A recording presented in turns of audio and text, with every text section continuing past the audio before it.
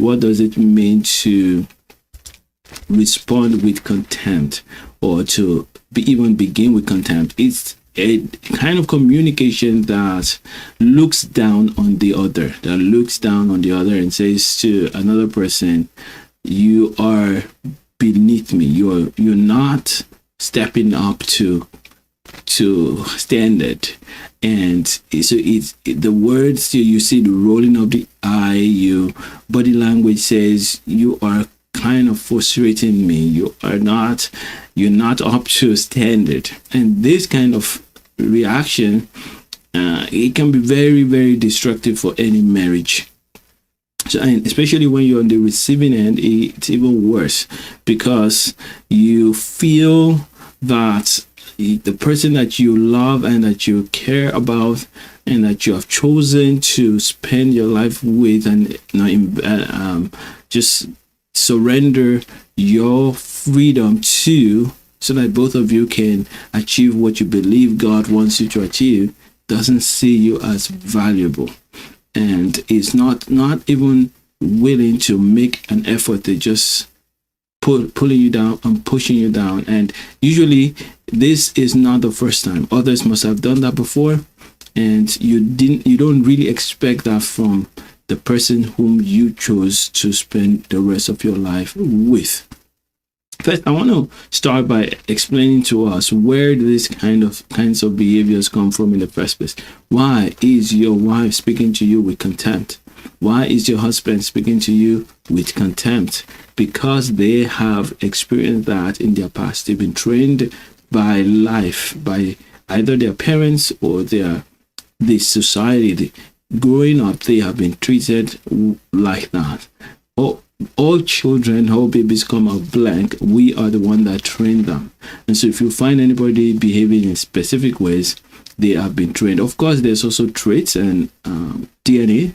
So the mixture of that is what makes a person speak to you with contempt. So somehow they have concluded in their heart that you are not stepping up in certain areas of their life, especially in areas where they are very strong.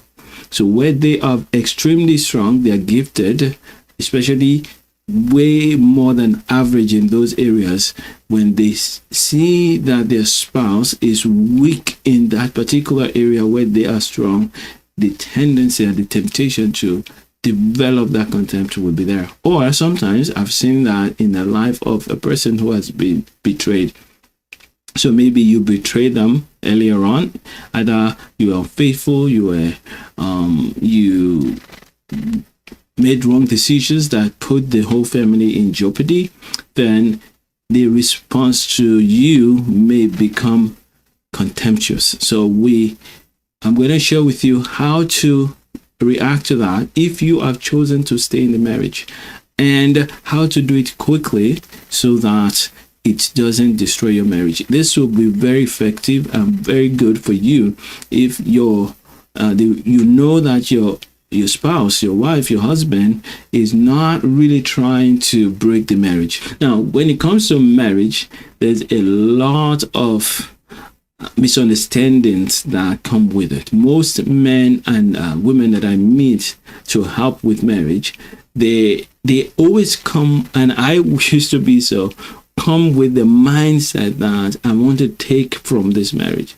I want the best that can come out of this marriage. That's why when a woman speaks to her husband in a way that he doesn't like, he says, no, this is not what I want from the marriage. I want some respect from the marriage. And the same with a woman. When the husband comes and speaks to her in a condescending manner, in a critical manner, she immediately says, no, this is not what I'm begging for. I want respect, I want value, I want kindness. And she does whatever she knows to do to try and get him to take notice that you're not giving me what we agreed on. The key always when we're dealing with any form of behavior from our spouse as believers is to understand that whenever a person does anything, they're not doing it to hurt themselves. They're not also doing it to hurt you as the end goal. That's not the goal. The goal is to help themselves move forward in one way or the other, There's something that your wife wants that you're not giving to her, that's making her to speak to you in such a contemptuous manner or disrespectful manner, as most men would call it. Most men would just say it's disrespectful, but contempt is really the height of disrespect, because you're not just complaining about their behavior, you're not talking about a character, you're talking about their whole person, that this person is beneath me. So very disrespectful. Even eye-rolling body language, tone of voice can be very disrespectful. And so the reason why they're doing that is because they want something. Now, what they want may not be what they need or what they should have. Maybe they don't even deserve it, but to them, they want it. And so whenever we're dealing with another person who is doing something that is negative to us and negative to the relationship, you must start from the point that she wants something. He wants something. Now, as a believer and as a person who is filled with the love of God, you can choose to give them what they need, not what they are asking for, what they really need. So most times when people are in a situation, for example, they want the respect from their husband, or they want to be valued, pampered, and cared for by the husband, and the husband is not doing that. It's just doing his own thing. Then maybe they want him to also be attentive to maybe the finances and things like that, and he's not doing that.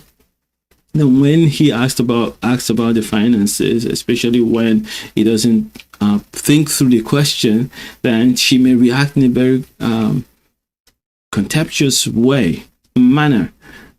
And what does she want in that situation? She wants to be valued. She wants to have the attention of her husband. She wants to be safe. That in the case of her mistakes, the husband will catch her and financially they will be secure. That's what she wants.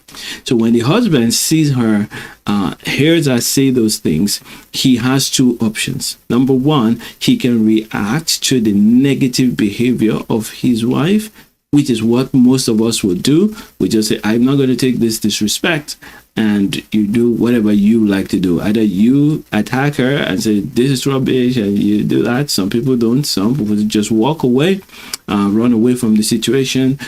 Some will just shut down and stonewall. It depends on what that person is like, but whatever the case, most people would bring their own way of reacting and try to control her to stop that behavior. That's one way.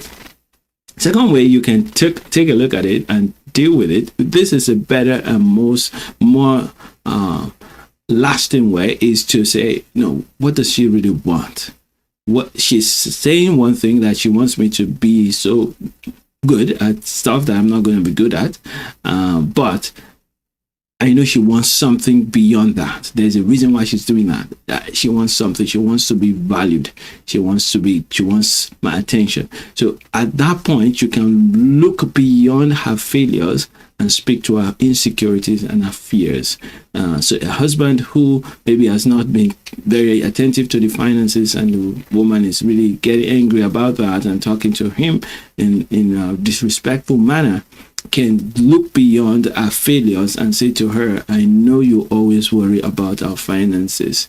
I would need help with that. So he's not accepting the way she talks, because he's going to have to deal with it. But at the moment, he's not allowing it to escalate. And so when she comes down, he can remind her that, you know what, I've told you that trying to speak to me in disrespectful manner, as if I don't know what I'm doing, does not help our marriage. So this is how you deal with it. You need to find a way to stop the destructive cycle.